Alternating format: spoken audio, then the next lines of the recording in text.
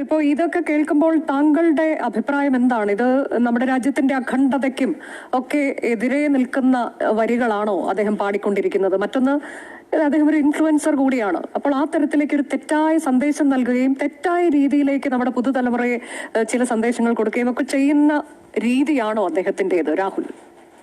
അനുജ മാം, രണ്ടു മൂന്ന് കാര്യങ്ങളിൽ നമ്മൾ ശ്രദ്ധിക്കാനുള്ളത്, ഒന്ന്, ശ്രീമതി മിനി കൃഷ്ണകുമാർ ജിക്ക് അങ്ങനെ ഒരു അഭിപ്രായം ഉണ്ടെങ്കിൽ പരാതി കൊടുക്കാനുള്ള പൂർണ്ണ സ്വാതന്ത്ര്യമുണ്ട്. മാഡത്തിന്റെ അനാലിസിസിൽ, വിശകലനത്തിൽ നമ്മുടെ പ്രധാനമന്ത്രി നരേന്ദ്രമോദിജി അങ്ങനെ മോശമായി പറഞ്ഞാൽ, അല്ലെങ്കിൽ നമ്മുടെ പ്രധാനമന്ത്രിയോ അധികാര സ്ഥാനത്തിരിക്കുന്നവരെയോ നമ്മളെ നയിക്കുന്നവരെയോ പറഞ്ഞാൽ അങ്ങനെ പരാതി കൊടുക്കാൻ ഒരു റൈറ്റ് ലീഗലിയും എത്തിക്കലിയും ഉണ്ട്.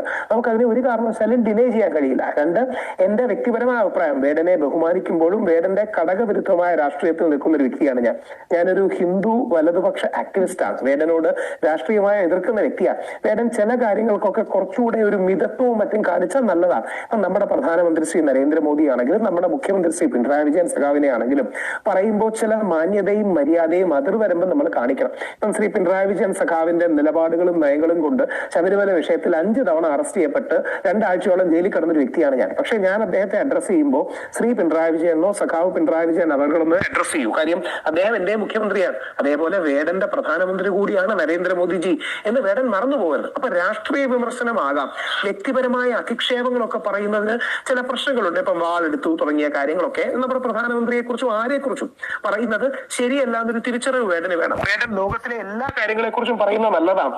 എന്റെ ആഗ്രഹം, വേടനെ ഇഷ്ടപ്പെടുന്ന ഒരു വ്യക്തി എന്ന രീതിയിൽ എന്റെ ആഗ്രഹം, വേടൻ നമ്മുടെ കാശ്മീരി പണ്ഡിറ്റുകളെ കുറിച്ചും നമ്മുടെ മണിപ്പൂരിലെ ക്രിസ്ത്യൻ സഹോദരങ്ങളെ കുറിച്ചും ഒക്കെ കൂടി പാടണമെന്നുള്ളതാണ്.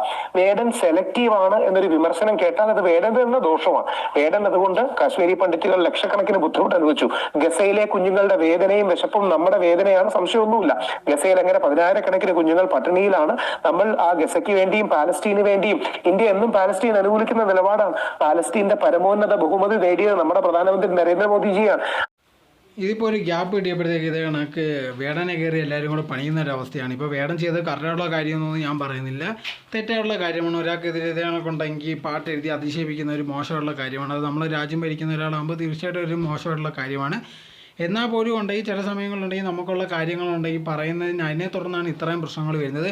വേടൻ ഇതിനു മുമ്പ് ഇതിൻ്റെ കാര്യങ്ങളൊക്കെ ഒരുപാട് വട്ടം പറഞ്ഞിട്ടുണ്ടെന്ന് ആ ആൾക്കാരെല്ലാം ഇപ്പോൾ ഒരു അവസരം കിട്ടിയപ്പോൾ വേടൻ എന്നിട്ട് പണിയാണ്. ഇതേ കണക്കുണ്ടെങ്കിൽ രാഹുൽ ഇതിനു മുമ്പ് ഒരുപാട് പേരെ ഒരുപാട് രീതിയിൽ പറഞ്ഞിട്ടുണ്ട്. പക്ഷേ ഇപ്പോൾ സിറ്റുവേഷൻ ആയപ്പോഴത്തേക്ക് കൊണ്ട് ഈ ആൾക്കാർ ഇത് നോക്കുന്നുണ്ടോയെന്ന ഒരു സിറ്റുവേഷൻ ആയപ്പോഴത്തേക്ക് ഭയങ്കര രീതിയിൽ മാറ്റി സംസാരിക്കുന്നുണ്ട്.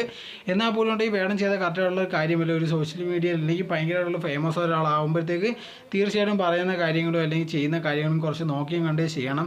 കാരണം ഒരുപാട് പേര് ഇതേ കണക്കൊക്കെ കാത്തിപ്പോണ്ട് ഒരു അവസരം കിട്ടാൻ വേണ്ടി. അങ്ങനത്തെ ഉള്ളവർക്ക് ഇതേ കണക്കുള്ള അവസരം വീണ് കിട്ടിയാൽ തീർച്ചയായിട്ടും അവർ വെറുതെ വിടത്തില്ല. കാരണം എന്ന് പറയുന്നത് അവർക്ക് ഭയങ്കര അവസരമായിരിക്കും ഒതുക്കാനുള്ളത്. സോ അതുകൊണ്ട് തന്നെ ഉണ്ടെങ്കിൽ ഇത് കണക്കുള്ള കാര്യങ്ങൾ ചെയ്യാതിരിക്കുക.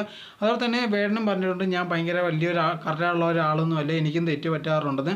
സോ ആ തെറ്റ് മനസ്സിലാക്കി കറക്റ്റുള്ള കാര്യങ്ങൾ ചെയ്താൽ ഇനി നല്ലോണം മുമ്പോട്ട് പോകാൻ സാധിക്കുന്നതായിരിക്കും. സോ ഇതാണ് എൻ്റെ ഒരു തോട്ട്. ഇതിനെപ്പറ്റിയുള്ള നിങ്ങളുടെ ഒരു അഭിപ്രായം എന്തുവാന്ന് കമൻറ്റ് ബോക്സിൽ കമൻറ്റ് രേഖപ്പെടുത്തുക. നിങ്ങൾ ഈ ചാനൽ ആദ്യമായിട്ടാണെങ്കിൽ മറക്കാതെ ലൈക്ക് ചെയ്യും, ഷെയർ ചെയ്യും, കമൻറ്റ് ചെയ്യും, മറക്കാതെ സബ്സ്ക്രൈബ് ചെയ്ത് അടുത്തുള്ള ബെൽ ബട്ടൺ അമർത്തുക. എന്നാലേ ഇനി ചെയ്യുന്ന വീഡിയോസ് എല്ലാം നിങ്ങൾക്ക് നോട്ടിഫിക്കേഷനേ വരികയുള്ളൂ.